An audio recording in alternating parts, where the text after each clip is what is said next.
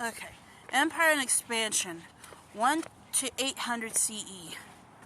Introduction. Ethiopia and ancient Ghana were home to two of Africa's most powerful early empires in the Common Era, both of which owed their wealth to robust trade. Aksum developed from a kingdom in the East African highlands of what are now Ethiopia and enriched it into a prosperous trading power.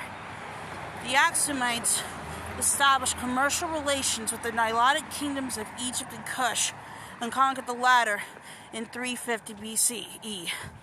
Like these trading partners, Aksum was a fertile kingdom with much of its wealth generated by agriculture, but it also derived wealth from its natural iron deposits, which were mined for their bounty.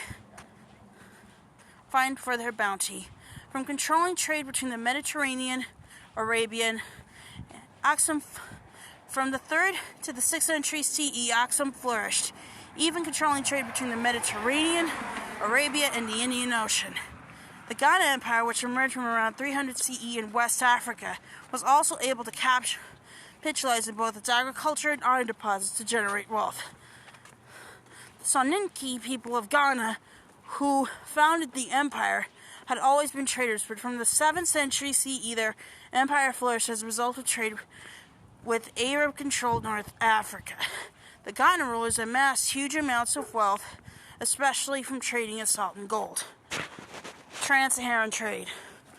Ghana benefited from the growing Trans-Saharan trade, which linked West Africa to North Africa, and by extension to Arabia.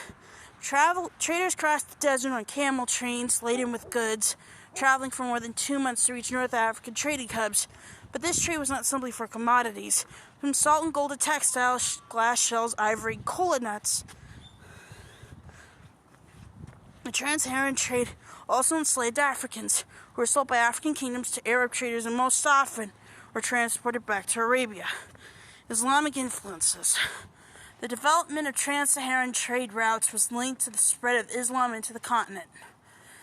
The first Muslims arrived in Africa in 615 CE when a small group fleeing persecution in Mecca, in present-day Saudi Arabia, sought refuge in Christian Ethiopia.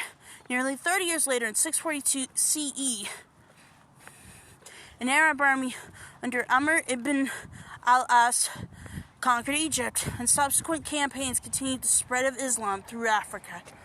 Arab conquests enabled them to expand trading routes across the Sahara, and these routes in turn helped spread the Islamic faith.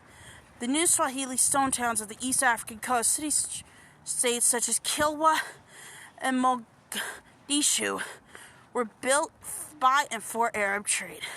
New mosques were built in these cities for Arab traders and local converts to worship in.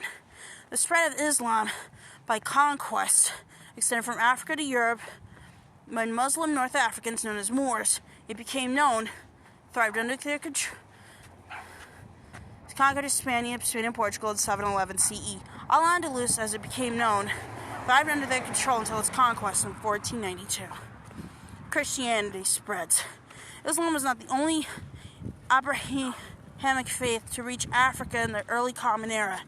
The earliest African centers of Christianity were in Egypt, Carthage, Nubia, and Ethiopia. An early Christian, St. Mark the Evangelist, is believed to have founded the Coptic Church in Alexandria, Egypt during the 1st century CE.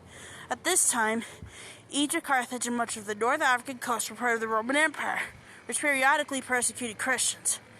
One of North Africa's early Christian martyrs was Perpetua, a Carthaginian woman executed in 203 CE for refusing to worship a pagan god. Africa was important to the development of early Christianity. It was the birthplace of the first Christian monastery built on an island of the Nile River and the home of the Gospels, the world's oldest complete Christian illustrated manuscripts, which were created by Christians in Ethiopia.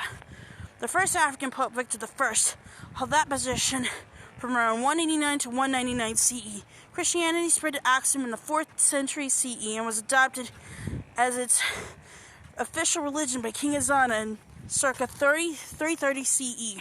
By the 6th century CE, the faith had also reached Nubia, spread by Christian traders in the region and by the persuasive influence of missionaries who were sent to Nubia by the Byzantine Empire.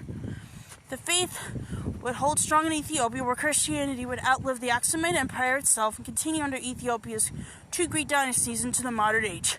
Nubia too would remain Christian for another 700 years, surviving the wave of Islamic conquests in North Africa.